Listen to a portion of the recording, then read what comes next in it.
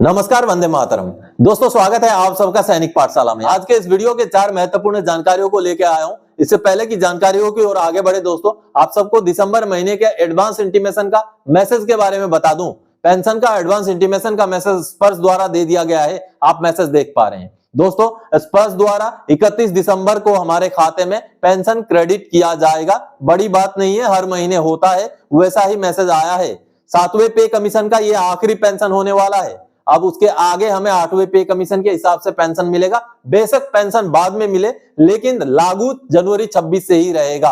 अब की महीने भी हमें जो पेंशन मिल रहा है वो 58% डीआर के हिसाब से ही मिलने जा रहा है। तो चलिए अब आगे बढ़ते हैं जानकारियों की ओर। दोस्तों, जैसे आप बोर्ड पर देख पा रहे हैं, 4 जानकारियां हैं। सबसे पहले आपको बता दूं दोस्तों कि 30,000 रुपए का जो ईसीएचएस का कटिंग होता है, वो कटिंग एक पेंशनर को वापस आया है। क्यों वापस आया? आप भी अगर ईसीएचएस के लाभार्थी हैं, आपके भी पेंशन में से ईसीएचएस का सुविधा के लिए कटिंग हुआ है, तो आपको यह जानकारी महत्वपूर्ण है, आपको भी जानना जरूरी है। आगे इसके बारे में जानकारी दूंगा। इसके साथ ही साथ आए दिन जो पूर्व सैनिकों के साथ जो अत्याचार होता है, जो सिविल महकमे, पुलिस या प्रशासन द्वारा अत्याचार किया जाता है, उसके खिलाफ कड़ा कानून बनाने के लिए विधान परिषद में मांग उठाया गया है। चर्चा करने की मांग की गई है। इसको लेकर के विधान परिषद के सदस्यों ने लिखित में ये मांग दोस्तों उठाया है। इसके बारे में आगे जानकारी दूंगा, क्योंकि ये बड़ा मसला है। विधान परिषद में अगर ये मांग उठाए तो बड़ा मसला है। अगर कानून बन जाए तो पूर्व सैनिक और सैनिकों के लिए एक बहुत बड़ा सुरक्षा कवच मिल सकता है दोस्तों। इसके साथ ही साथ दोस्तों आपको जानकारी दे दूं कि ओआरओपी से जुड़े हुए एक बड़े केस पर जो सुनवाई माननीय सुप्रीम कोर्ट में चल रहा है, अब उसका अगला डेट दे दिया गया है। उसके बारे में भी जानकारी दूंगा। इसके साथ ही साथ दोस्तों, अगर पीएओआर आपको पीडीसी क्लेम में 5 साल से ज्यादा का केस होने की वजह से डॉक्यूमेंट डिस्ट्रॉय हो जाने का बहाना बनाता है, तो आपने क्या आगे कार्रवाई करना है, उसके बारे में भी आपको जानकारी दूंगा। पीडीसी का मतलब होता है पोस्ट डिस्चार्ज क्लेम। आपका पुराना पैसा छूटा हुआ है, उसको क्लेम करने को लेकर आप पीएओआर से जो क्लेम करते हैं उसी को पीडीसी कहते हैं। चलिए अब आगे बढ़ते हैं, जानकारियों को विस्तृत तौर से हासिल करते हैं। सबसे पहले दोस्तों, जबरदस्त मांग उठाई गई है सैनिक और पूर्व सैनिकों की सुरक्षा के लिए सरकार से चर्चा की मांग। जी हां दोस्तों, चलिए सीधे सीधे जो मांग पत्र सामने रखा गया है चर्चा के लिए विधान परिषद के अंदर, उसको देखते हैं। दोस्तों, ये सामने जो आप एक मांग पत्र देख पा रहे हैं, ये विधायकों द्वारा विधान परिषद के अंदर पूर्व सैनिक और सैनिकों की रक्षा के लिए उनके खिलाफ हो रहे अत्याचार को रोकने के लिए कानून बनाने के संदर्भ में मांग को लेकर के चर्चा करने को लेकर के ये मांग भेजा गया। बेहद अहम है दोस्तों। आप देख पा रहे हैं नियम 110 के अंतर्गत सूचना। देखिए, सदन के माध्यम से शासन का ध्यान सेवारत भूतपूर्व सैनिकों पर आए दिन हो रहे अत्याचारों से सुरक्षा हेतु एससी एसटी अधिनियम की ही भांति सेवारत भूतपूर्व सैनिक अत्याचार निरोधक विधेयक बनाए जाने की ओर आकृष्ट कराना चाहता हूं। सेवारत भूतपूर्व सैनिकों के सेवा के दौरान छुट्टी आने अथवा सेवा निवृत्त होने एवं अपने स्थायी रूप से स्थापित होने के बाद पुलिस प्रशासनिक अधिकारियों द्वारा किए जा रहे अत्याचार एवं बर्बरता पूर्वक व्यवहार किया जाता है। सेवारत भूतपूर्व सैनिकों के साथ आए दिन अप्रिय घटनाएं हो रही हैं। सेवारत भूतपूर्व सैनिकों के सम्मानजनक जीवन प्रदान करने, सुरक्षा सम्मान हेतु एवं उनके हित में सेवारत भूतपूर्व सैनिक अत्याचार निरोधक विधेयक अनिवार्य है। सेवारत भूतपूर्व सैनिकों में भारी रोष एवं असंतोष उत्पन्न हो रहा है, स्थिति विस्फोटक है। देखिए, बेहद अहम मांग है दोस्तों, और ये विधान परिषद के अंदर चर्चा कराने के लिए मांग की गई है विधायकों द्वारा। बहुत बड़ी बात है। अतएव लोक महत्व के तत्कालिक अविलंबनीय सुनिश्चित प्रकरण पर शासन से वक्तव्य दिए जाने व चर्चा किए जाने की मांग करते हैं। यानी कि उत्तर प्रदेश सरकार से चर्चा कराए जाने को लेकर के ये मांग भेजी गई है। 22 दिसंबर 2025 की मांग है। आप देख पा रहे हैं डॉक्टर आकाश अग्रवाल सदस्य विधान परिषद, डॉक्टर राज बहादुर सिंह चंदेल सदस्य Vidhan Parishad.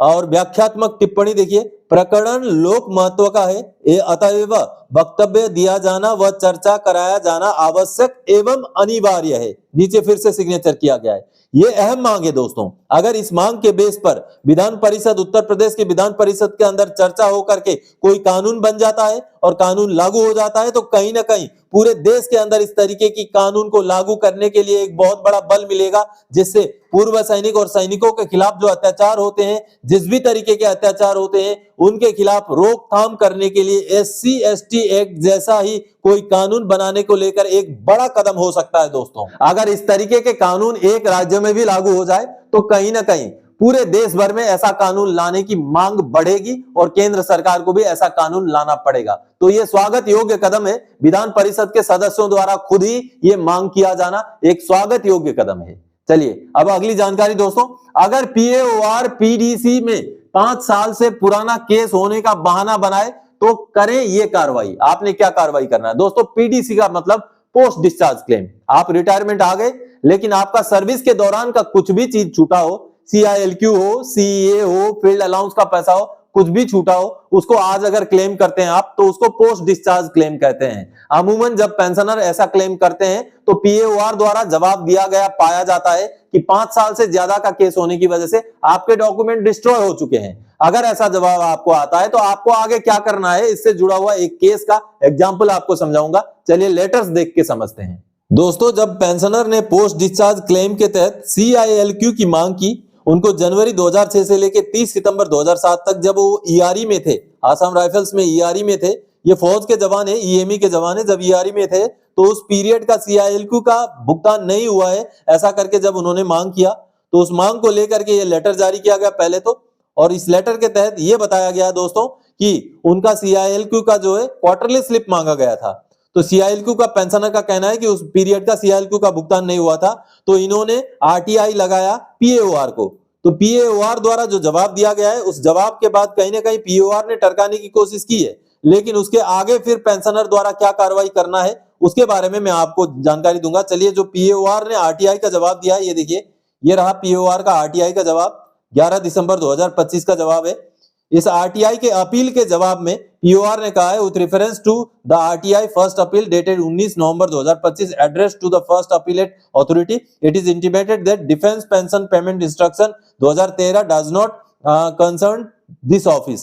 This office deals with the pay and allowances of PBOR and according to the Office Manual 10 Part 1 Appendix A, the retention period of the IRLA is 5 years after the discharge of the individual from the date of final closure of accounts. Hence, it is not feasible to verify the details as sought after the lapse of 17 years from the date of discharge.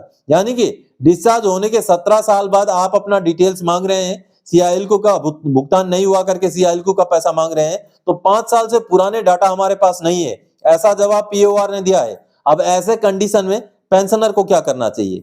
क्योंकि PAOR के पास मान लीजिए अगर 5 साल से पहले का data destroy हो भी गया है तो रिकॉर्ड ऑफिस के पास पूरा का पूरा डाटा मौजूद होता है, पूरे के पूरे पार्ट टू ऑर्डर मौजूद होते हैं। तो अब इन पेंशनर को इस लेटर के साथ रिकॉर्ड ऑफिस को अप्रोच करना है और रिकॉर्ड ऑफिस के थ्रू से जो भी उनके पार्ट टू ऑर्डर CILQ के उस पीरियड में हुए हैं वो सारे के सारे पार्ट टू ऑर्डर PAOR में दोबारा से भेजना पड़ेगा, जिसका मैनुअल प्रोसेस होगा, और अगर उनको ये CILQ उस पीरियड का नहीं मिला है तो उसका भुगतान हो जाएगा। यानी कि PAOR अगर आपको 5 साल का बहाना बनाए तो आप रिकॉर्ड ऑफिस को प्रोसेस कर सकते हैं। रिकॉर्ड ऑफिस के पास पूरा का पूरा पुराना डाटा होता है, रिकॉर्ड ऑफिस आपका 5 साल पुराना केस भी प्रोसेस कर सकता है। दोस्तों, आपको भी अगर इस तरीके का जवाब आता है तो आपने रिकॉर्ड ऑफिस को संपर्क करना है, क्योंकि रिकॉर्ड ऑफिस में ऐसे डॉक्यूमेंट्स डिस्ट्रॉय नहीं होते हैं। चलिए अगली जानकारी दोस्तों, ECHS से वापस आए 30,000 रुपए, गजब है, आप भी जरूर चेक करें। जी हां दोस्तों, ECHS की सुविधा के लिए आज के डेट की मैं बात करूं तो 30,000 रुपए सिपाही से काटे जाते हैं, 67,000 रुपीज JCOs या इक्विवेलेंट से काटे जाते हैं, अधिकारियों से 1,20,000 रुपए काटे जाते हैं। लेकिन कुछ केसेस में पाया गया कि पेंशनर से डबल 2 बार काटा गया है, खास करके DAC के पेंशनर, आप सावधान हो जाएं। आपने अगर आर्मी से रिटायर हो जाने के बाद आपने ECHS कार्ड बनवा लिया, आपका जो भी कटिंग लगता था वो दे दिया, लेकिन आप DAC से जब रिटायर हुए तब भी अगर आपका PPO में से ECHS के लिए काटा गया है, रिकवरी किया गया है, तो वो पैसा रिकवर नहीं किया जा सकता। ECHS के लिए वन टाइम रिकवरी है। आप दोबारा से DAC से अगर रिटायर हो गए तब भी अगर काटा गया तो गलत काटा गया है। लेकिन आपका केवल एक ही पेंशन है, DAC से मिलता है, DAC से ही आप रिटायर हुए हैं, पहले आर्मी में सर्विस नहीं किया है, तब काटा जा सकता है। लेकिन आर्मी में काटने के बाद DAC में ECHS का कटिंग नहीं हो सकता है। ऐसा ही एक केस सामने आया था जिसमें 30,000 रुपए पेंशनर को वापस मिल चुके हैं। चलिए उस केस का डिटेल्स समझते हैं। दोस्तों, ये सामने आप CP ग्राम्स का ग्रीवेंस का एक स्टेटस देख पा रहे हैं, प्रेम सिंह जी का।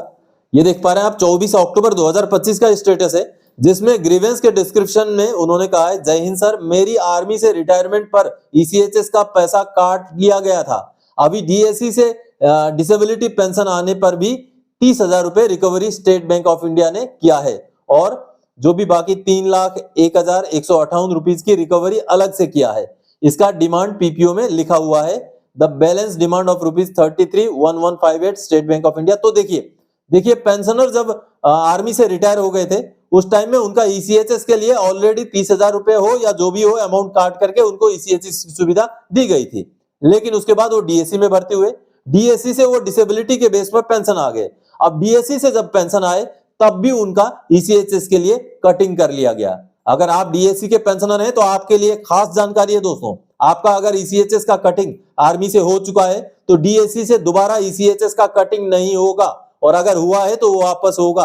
अब इन पेंशनर ने जैसे ही सीपी ग्राम्स में ये केस प्रोसेस किया, 2-4 बार जब इसका रिमाइंडर डाला तब जाकर के इनको ये पैसा अभी दिसंबर के महीने में वापस कर दिया गया। ये देखिए दिसंबर का लमसम पेमेंट वाला आप यहाँ पर डिटेल्स देख पा रहे हैं, जो पेंशन स्लिप हर महीने का लमसम पेमेंट का यानी कि एरियर का जारी होता है वो आप देख पा रहे हैं। ये देखिए इनको 30,000 रुपए वापस कर दिए गए क्योंकि इनसे एडिशनली काटे गए थे जो काटे नहीं जाने चाहिए थे।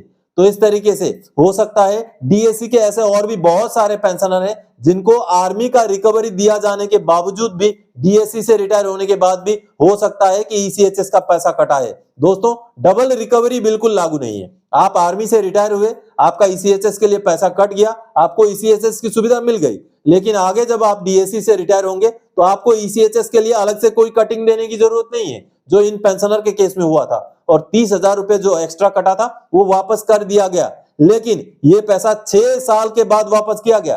तो अब इन पेंशनर को इस 6 साल के बीच का 30,000 रुपए के ऊपर जरूर ब्याज दिया जाना चाहिए, क्योंकि अननेसेसरीली पेंशनर को भी हैरेसमेंट हुआ और 30,000 रुपए पेंशनर का फाइनेंशियल लॉस हुआ है, जिसको 6 साल बाद वापस तो किया गया लेकिन पैसे का वैल्यूएशन अलग हो गया है। 6 साल बाद ये 6 साल पहले 30,000 रुपए का वैल्यू अलग था, अभी 6 साल के बाद इसका वैल्यू अलग हो गया है, पैसों का वैल्यू कम हो जाता है। तो कम से कम इस पीरियड का ब्याज इन पेंशनर को जरूर दिया जाना चाहिए दोस्तों। तो आप सबने देखा दोस्तों, आप भी अगर डीएससी के पेंशनर हैं तो हो सकता है आपके साथ भी ऐसा हुआ हो, क्योंकि अगर एक केस ऐसा सामने आया तो बहुत सारे ऐसे पीपीओ होंगे जिनमें डीएससी से दोबारा पेंशन आउट होने वाले पेंशनर के साथ भी ऐसा रिकवरी का केस होगा। तो चेक जरूर करें दोस्तों कि कहीं आपका डबल कटिंग तो नहीं हुआ, दोबारा रिकवरी तो नहीं हुआ। अगर हुआ है तो आपको क्लेम करना है, आपको वो पैसा वापस मिलेगा। चलिए अब अगली जानकारी दोस्तों, ओआरओपी से जुड़े केस में सुप्रीम कोर्ट में सुनवाई की अगली तारीख 5 जनवरी 2026। जी हां, एक्स 6200 वाला जो केस माननीय सुप्रीम कोर्ट में चल रहा है दोस्तों, उसकी अगली सुनवाई की तारीख मिल चुकी है। पिछले दिनों ही आपको पता चला कि सरकार की तरफ से हलफनामा भी दाखिल कर दिया गया है। अब सरकार की तरफ से हलफनामा दाखिल किए जाने के बाद अगली सुनवाई अहम होगी। ये सामने सुप्रीम कोर्ट का जो ब्यौरा आप देख पा रहे हैं, जिस ब्यौरे में आप देख पा रहे हैं उसी केस के ऊपर अब अगली जो डेट जो तारीख दी गई है वो 5 जनवरी 2026 की टेंटेटिव तारीख है, वैसे कंप्यूटर जनरेटेड तारीख है। तो 5 जनवरी 2026 को अब अगली सुनवाई होने के पूरे आसार हैं। इस पे सुनवाई पे जो भी जानकारी सामने आती है, जो भी फैसला सामने आता है, उसकी जानकारी मैं आप सबको जरूर दूंगा। तो दोस्तों आज के इस वीडियो में इन्हीं जानकारियों के साथ आया था। आगे और कोई जानकारीदायक आपसे सरोकार रखने वाला विषय लेके मैं फिर से हाजिर हो जाऊंगा। तब तक के लिए जय हिंद दोस्तों।